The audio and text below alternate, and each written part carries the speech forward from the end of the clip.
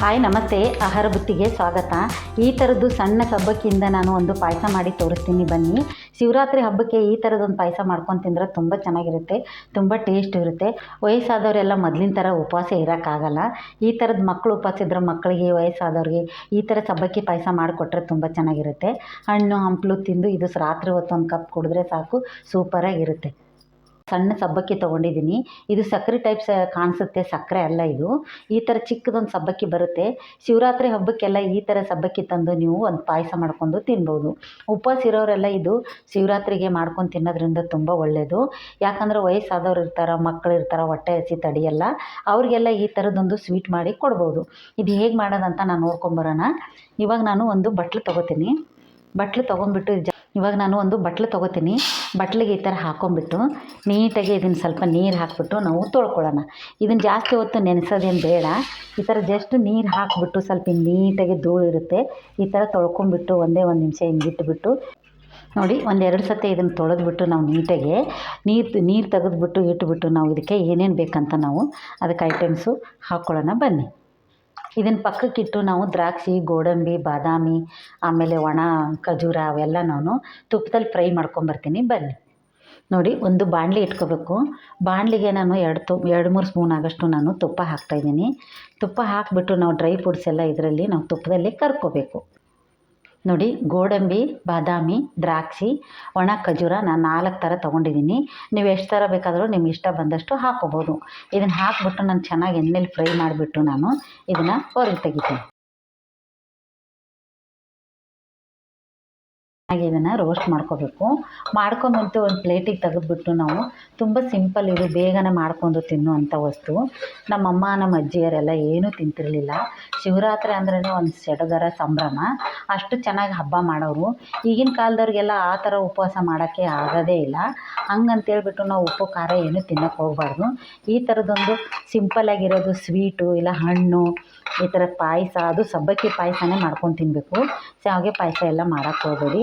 ಉಪವಾಸ ಬಿಟ್ಟ ನಂತರ ನೀವು ಶಾವಿಗೆ ಪಾಯಸನೋ, ಒಬ್ಬಟ್ಟು, ಪಲಾವು ಅವೆಲ್ಲ ಮಾಡ್ಕೊಂಡು ತಿನ್ಬೋದು. ಇದು ಸಣ್ಣಗಿರೋ ಸಬ್ಬಕ್ಕಿ ಈ ಥರ ನಾವು ಇದರಲ್ಲಿ ಹಾಕಿಬಿಟ್ಟು ಚೆನ್ನಾಗಿ ಫ್ರೈ ಮಾಡ್ಕೋಬೇಕು.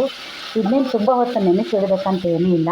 ತೊಳೆದ್ಬಿಟ್ಟು 1 ನಿಮಿಷ ಕೆಳಗಿಟ್ಬಿಟ್ಟು ನಾವು ನೋಡಿ, ಸ್ವಲ್ಪ ತುಪ್ಪ ಕಡಿಮೆ ಆಗಿದೆ, ನಾನು ಇನ್ನೊಂದು ಸ್ವಲ್ಪ ತುಪ್ಪ ಹಾಕೋತಾ ಇದ್ದೀನಿ, ಇನ್ನೊಂದು ಸ್ಪೂನು. ಯಾಕಂದರೆ ಈ ಸಣ್ಣ ಸಬ್ಬಕ್ಕಿಗೆ ಸ್ವಲ್ಪ ತುಪ್ಪ ಮುಂದಿದ್ರೇ ತುಂಬ ಚೆನ್ನಾಗಾಗೋದು. ಈ ಥರ ನಾವು ಚೆನ್ನಾಗಿ ಎಣ್ಣೆಲಿ ಫ್ರೈ ಮಾಡಿಬಿಟ್ಟು ಜಾಸ್ತಿ ಹೊತ್ತು ನೆನೆಸ್ಕೋತ ಕುತ್ಕೊಂಡ್ರೆ ಟೈಮ್ ಹಿಡಿಯುತ್ತೆ. ಆ ಥರ ದಪ್ಪ ಸಬ್ಬಕ್ಕಿ ಇದು ಮಾಡೋ ಬದಲು ಈ ಥರ ಚಿಕ್ಕ ಸಬ್ಬಕ್ಕಿ ತೊಗೊಂಡ್ಬಿಟ್ಟು ನೀವು ಈ ಥರದೊಂದು ಪಾಯಸ ಮಾಡಿ ಕೊಡ್ಬೋದು. ಮಕ್ಕಳು ಉಪವಾಸ ಇದ್ದರೆ ಅವ್ರಿಗೆ ಕೊಡ್ಬೋದು, ದೊಡ್ಡವರಿದ್ರೆ ಅವ್ರಿಗೆ ಕೊಡ್ಬೋದು. ವಯಸ್ಸಾದವ್ರಿಗಂತೂ ಇವಾಗ ಉಪವಾಸ ಮಾಡೋದು ತುಂಬ ಕಷ್ಟ. ಇವಾಗ ಅವ್ರಿಗೆಲ್ಲ ಈ ಥರದೊಂದೊಂದು ಬಟ್ಲು ಮಾಡಿಕೊಟ್ರೆ ತುಂಬ ಚೆನ್ನಾಗಿರುತ್ತೆ. ಅವರು ಶಿವರಾತ್ರಿ ಉಪವಾಸ ಮಾಡ್ದಂಗೆ ಆಗುತ್ತೆ, ಅವರು ಚೆನ್ನಾಗಿ ಆರೋಗ್ಯವಾಗೂ ಇರ್ತಾರೆ. ನೋಡಿ, ಈ ಥರ ಇದನ್ನು ಚೆನ್ನಾಗಿ ತುಪ್ಪದಲ್ಲಿ ಫ್ರೈ ಮಾಡ್ಕೋಬೇಕು. 1 ನಿಮಿಷ ನಾವು ತುಪ್ಪದಲ್ಲಿ ಫ್ರೈ ಮಾಡ್ಕೊಂಬಿಟ್ಟು ಸ್ವಲ್ಪ ನೀರು ಕಾಯಿಸಿಟ್ಕೋಬೇಕು. ನಾನು ಕಾಯಿಸಿಟ್ಕೊಂಡಿರೋ ನೀರು ಹಾಕಿದರೆ ತುಂಬ ಚೆನ್ನಾಗಿ ಬೇಗನೆ ಬೇಯುತ್ತೆ. ಸ್ವಲ್ಪ ನೀರು ಕಾಯಿಸಿಬಿಟ್ಟು ನೀವು ಹಾಕ್ಕೋಬೋದು. ಇವಾಗ ನಾವು ಇದನ್ನು 1-2 ನಿಮಿಷ ಇದನ್ನು ನಾವು ಈ ಥರ ಮಾಡಿಬಿಟ್ಟು ಕುದಿಯೋಕ್ಕೆ ಬಿಡೋಣ. ಕುದ್ದ ನಂತರ ನಾವು ಹಾಲು ಹಾಕಿ ನಾನು ಪಾಯಸ ಹೇಗೆ ಮಾಡೋದಂತ ತೋರಿಸ್ತೇನೆ. ನೋಡಿ, ಎಷ್ಟು ಚೆನ್ನಾಗಿ ಬೆಂದಿದೆ ಅಂತ ನಿಮಗೆ ಕಾಣಿಸುತ್ತೆ. ಇಷ್ಟು ಚೆನ್ನಾಗಿ ಬೆಂದರೆ ಸಾಕು. ಇವಾಗ ನಾನು ಒಂದು ಅರ್ಧ ಲೀಟ್ರ್ ಹಾಲು ನಾನು ಕಾಯಿಸಿಟ್ಕೊಂಡಿದ್ದೆ, ಕೆನೆ ತೆಗೆದಿಲ್ಲ, ಏನು ತೆಗೆದಿಲ್ಲ. ಅದೇ ಥರ ನಾನು ಹಾಕಿಬಿಟ್ಟು ಇದಕ್ಕೆ ಚೆನ್ನಾಗಿ 1 ನಿಮಿಷ ಇದನ್ನು ಬೇಯಕ್ಕೆ ಬಿಡೋಣ.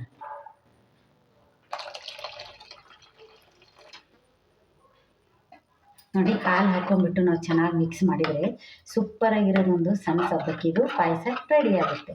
ಮಕ್ಕಳಿಗೆಲ್ಲ ಬಟ್ಲಿಗೆ ಹಾಕಿಕೊಟ್ರೆ ದೊಡ್ಡವರು, ಚಿಕ್ಕವರು ಎಲ್ಲರೂ ತಿನ್ಬೋದು. ಇದೇನು ಉಪ್ಪು ಖಾರ ಅಲ್ಲ.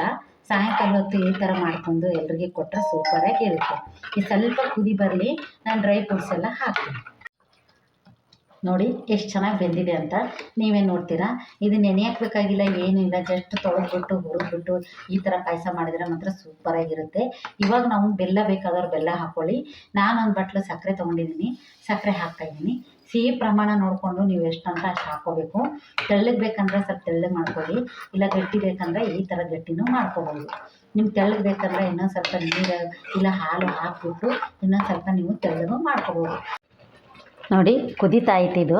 ಇವಾಗ ನಾವು ಏನು ಮಾಡ್ಬೇಕಂದ್ರೆ ಒಂದು 4 ಲವಂಗ ತೊಗೋಬೇಕು. ಲವಂಗ ತೊಗೊಂಡು ಹಾಕಿದರೆ ತುಂಬ ಚೆನ್ನಾಗಿರುತ್ತೆ, ಟೇಸ್ಟು ಸಖತ್ತಾಗಿ ಕೊಡುತ್ತೆ. ಬೇಕಾದ್ರೆ ನೀವು ಅದು ಸಬ್ಬಕ್ಕಿ ಹುರಿತಿರ್ತೀವ ಅವಾಗೇ ನೀವು 4 ಲವಂಗ ಹಾಕ್ಕೊಂಡು ಹುರ್ಕೋಬೋದು. ನೋಡಿ ಇವಾಗ ಡ್ರೈ ಫ್ರೂಟ್ಸ್ ಎಲ್ಲ ನಾವು ಕರೆದು ಇಟ್ಕೊಂಡಿದ್ದೀವಲ್ಲ ಅದನ್ನು ನಾನು ಇವಾಗ ಹಾಕ್ತಾಯಿದ್ದೀನಿ. ಚೆನ್ನಾಗಿ ಮಿಕ್ಸ್ ಮಾಡಿಕೊಂಡು ನೋಡಿ ಒಂದು 10 ನಿಮಿಷ ಬಿಟ್ಬಿಟ್ಟು ನೀವು ಗ್ಲಾಸ್ಲಿಗಾಗಲಿ ಇಲ್ಲ ಬಟ್ಲಿಗಾಗಲಿ ನೀವು ಸರ್ವ್ ಮಾಡ್ಕೊಂಡು ತಿಂದರೆ ಮಾತ್ರ ಸೂಪರಾಗಿರುತ್ತೆ, ತುಂಬ ಚೆನ್ನಾಗಿರುತ್ತೆ. ಇವಾಗ ಇದು ರೆಡಿ. ಬನ್ನಿ ಇವಾಗ ಪಾಯಸ ರೆಡಿಯಾಗಿದೆ. ನಾನೊಂದು ಗ್ಲಾಸಿಗೆ ಸರ್ವ್ ಮಾಡಿ ತೋರಿಸ್ತೀನಿ. ಇದು ತುಂಬ ಚೆನ್ನಾಗಿರುತ್ತೆ. ಇದು ಪಾಯಸ ಮಾತ್ರ ಸೂಪರಾಗಿರುತ್ತೆ. ಉಪ್ಪು ಖಾರ ತಿನ್ನಲ್ಲಲ್ವ, ಶಿವರಾತ್ರಿಗಂತ ಸ್ಪೆಷಲ್ ಇದು.